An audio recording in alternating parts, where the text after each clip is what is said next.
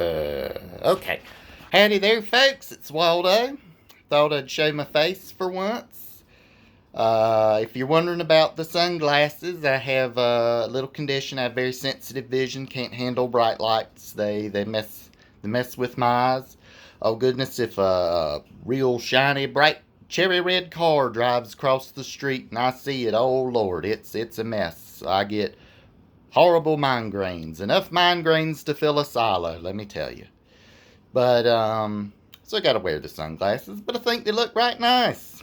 They got that kind of mirrored effect. Isn't that fun? So, anyway, I thought I would come and, well, just record my thoughts again. Tired of hanging out in my yard, so I'd record it inside. Well, I was talking to my brother the other day, and he's been all hanging out on the internet, and there's this new idea. He calls it a religion. It's not.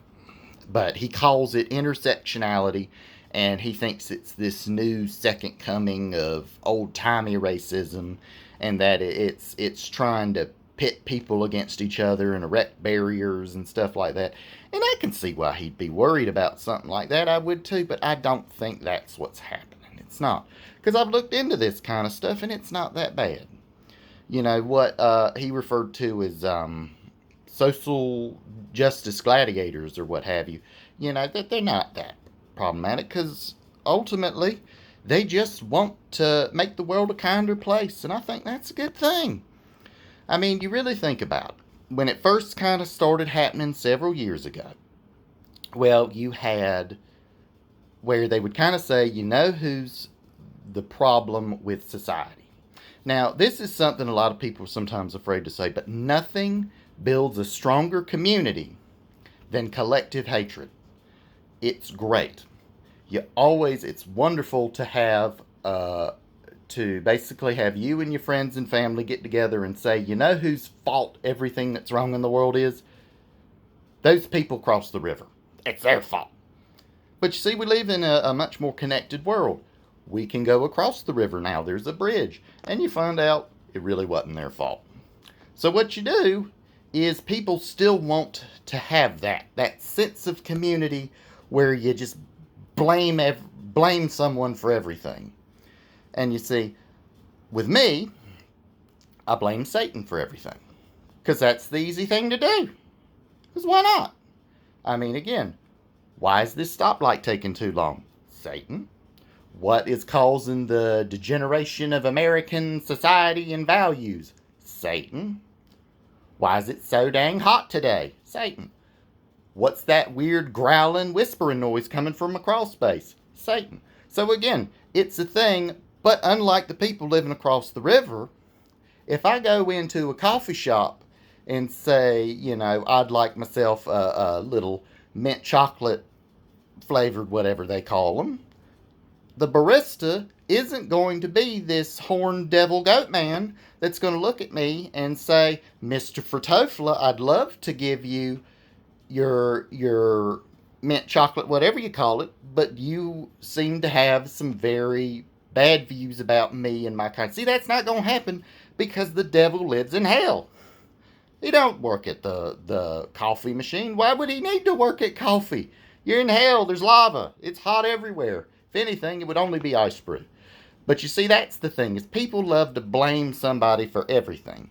So what they started doing when the social justice gladiators first started, they blamed men. Because honestly, a lot of the things that have gone wrong with society have been because of men. Hitler was a man. Stalin was a man. Genghis Khan was probably a man. And you know what? I reckon Satan's a man too. So it makes sense. But then people started thinking, well, what about folks of color? They weren't running things. So they thought, okay, well, we'll break it down just white men. White men are the problem with everything. Well, what about, you know, maybe people that are of different orientations, you know, homosexuals and such. And then it says, okay, you're right, straight white men.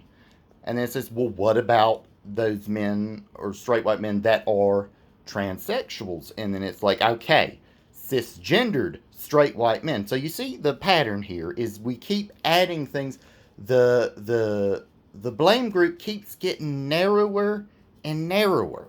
It just keeps getting smaller. So eventually they're going to say, okay, well, not rich cis straight men. We'll say it's the rich cis straight men, straight white men, excuse me, that did it. They are the problem with society. And eventually it will continue on from there, and it'll just continue to narrow and narrow and narrow until we blame everything that's wrong in the world on one man named Connor.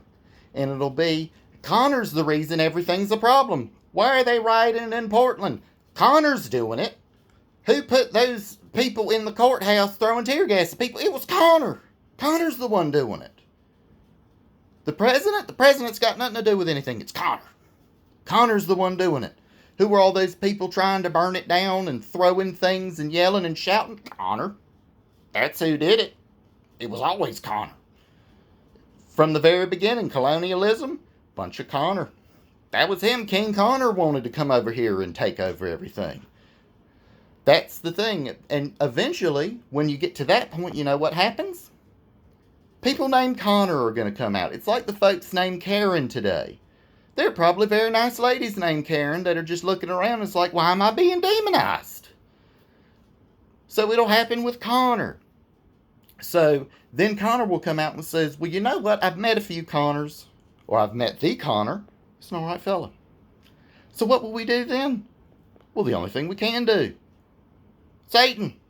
You blame Satan just like me. Or lizard people. But then again, we might one day meet lizard people. It's 2020. You don't know what could happen. There could be Yoshi the dinosaur could come out of a UFO next month. And then now, you know, you're having to your kids are going to school with little gecko folks and, you know, learning how to catch flies with your tongue, that kind of thing. So, you know, even lizard people we might be hanging out with one day. But Satan, never. Because if you're hanging out with Satan, you're already in hell. And if you're in hell, what's the point in caring anymore? You're in hell, you lost. Oh well. So again, the point is intersectionality and social justice gladiators are not a threat. They're not going to destroy the world because eventually it's just the progress of going back and blaming Satan for everything. Just like me. So again, all this stuff going on, it's just people undergoing a slow and gradual transformation into me. And I think that's fine. That's perfectly fine. Because, again, like I said, Satan can't be a barista. He's too busy being a devil. So he can't do it. So again, we can blame everything in the world that is wrong on Satan, and it's not going to have a problem. So, I just thought I'd wanted to record that so my brother can see it, and, you know, he'll maybe get a little bit more, just settle down, everything will be fine. Well, except the coronavirus, that's still a problem, but it's just Satan, isn't it?